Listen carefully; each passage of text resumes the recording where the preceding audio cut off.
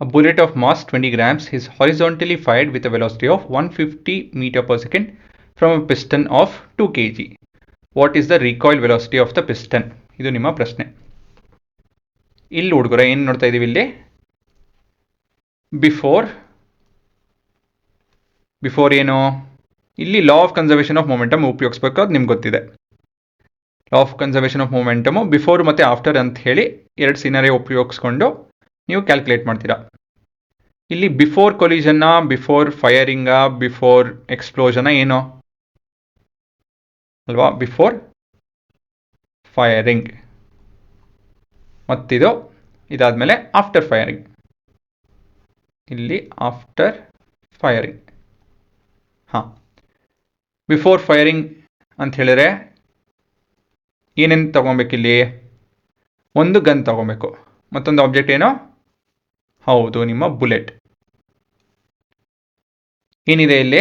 ನಿಮ್ಮ gun bullet ಇವೆರಡು initial velocity ತೊಗೊಬೇಕಾಗುತ್ತೆ. They are 0 metre per second ಅಲ್ವಾ?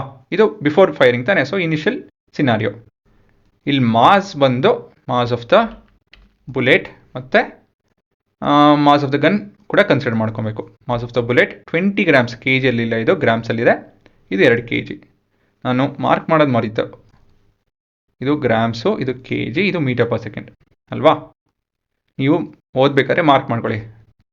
ನಾನೇನಾಯಿತು ಅಂದರೆ ಇದು ಸಣ್ಣ ಪ್ರಶ್ನೆ ಅಲ್ಲ, ನನ್ನ ಎದುರುಗಡೆ ಕ್ಲೀನಾಗಿದೆ ಇದು, ಸೊ ಅಷ್ಟೊಂದೇನು ತಲೆ ಕೆಡ್ಸ್ಕೊಳಕ್ಕೆ ಹೋಗ್ತಾಯಿಲ್ಲ. ಬಟ್ ನೀವು ಆ ಥರ ತಪ್ಪು ಮಾಡೋದಕ್ಕೆ ಹೋಗ್ಬೇಡಿ. ಆಫ್ಟರ್ ಫೈರಿಂಗ್ ಏನಾಗುತ್ತೆ? ಗನ್ ಸ್ವಲ್ಪ ಹಿಂದೆ ಬರುತ್ತೆ, ಬುಲೆಟು ಜೋರಿಗೆ ಮುಂದೆ ಹೋಗುತ್ತೆ.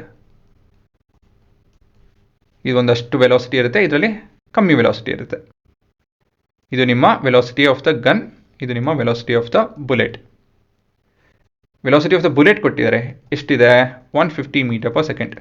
ನೀವು ಏನೇ ಒಂದು ಶೂಟ್ ಮಾಡಿದಾಗ ಆ್ಯಸ್ ಪರ್ ಥರ್ಡ್ ಲಾ ಏನಾಗುತ್ತೆ? That will exert a force back on the rifle.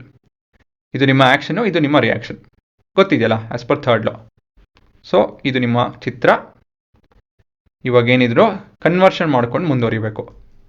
M B is equal to 20 grams. ಇದನ್ನು ಕೆ ಜಿ ಕನ್ವರ್ಟ್ ಮಾಡ್ಕೊಬೇಕು ಅಂತ ಹೇಳಿದ್ರೆ we need to divide with, ಹೌದು, 1000 kg ಆಗುತ್ತಿದೆ. ಏನಕ್ಕೆ ಅಂತ ಹೇಳಿದ್ರೆ for every gram there is 1/1000 of a kg. ಸರಿನಾ? 0 0.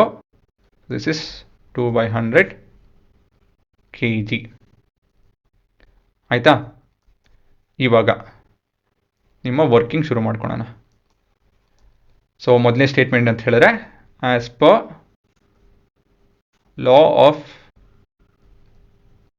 ಕನ್ಸರ್ವೇಷನ್ ಆಫ್ ಮೊಮೆಂಟಮ್ ಪ್ರಕಾರ ಏನು ಹೇಳುತ್ತೆ? ಮಾಡಿ, ಕ್ಯಾಲ್ಕುಲೇಷನ್ ಮಾಡಿ. ಹಾಂ, ಬರ್ದ್ರಾ? ಏನಂತ ಬರೆದ್ರಿ? Momentum before firing is equal to momentum after firing. ಸರಿನಾ? ಮೊಮೆಂಟಮ್ ಬಿಫೋರ್ ಫೈರಿಂಗ್ ಏನೇನು ಮೊಮೆಂಟಮ್ ಕನ್ಸಿಡರ್ ಮಾಡಬೇಕಿಲ್ಲ ನಾವು? ಗನ್ನು ಮತ್ತು ಬುಲೆಟ್ದು. So M B mass of the bullet into velocity of the initial velocity of the gun before ಅಲ್ವಾ, plus mass of the gun into velocity of the gun. ಇಲ್ಲಿ mass ಬಂದು 2/100 kg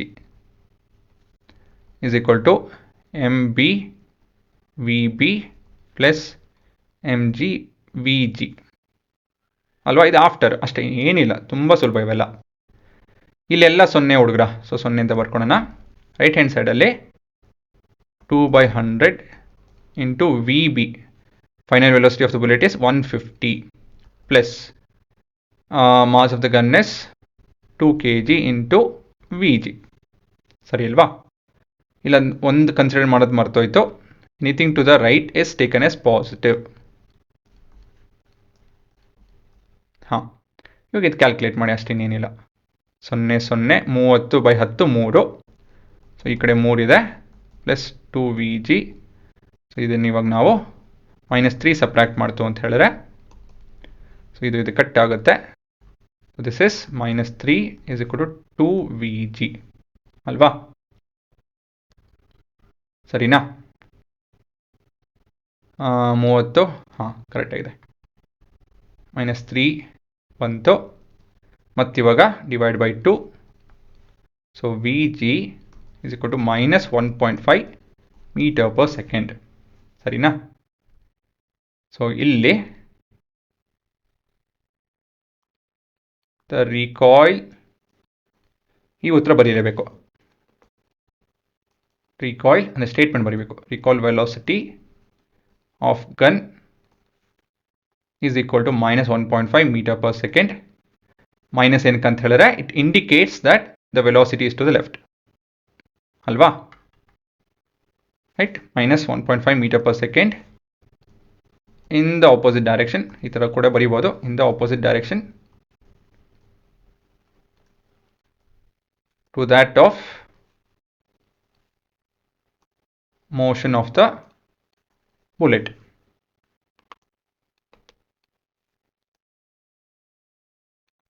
ಸರಿನಾ? ಇದೇ ನಿಮ್ಮ ಉತ್ತರ. ನೋಡ್ಕೊಳ್ಳಿ.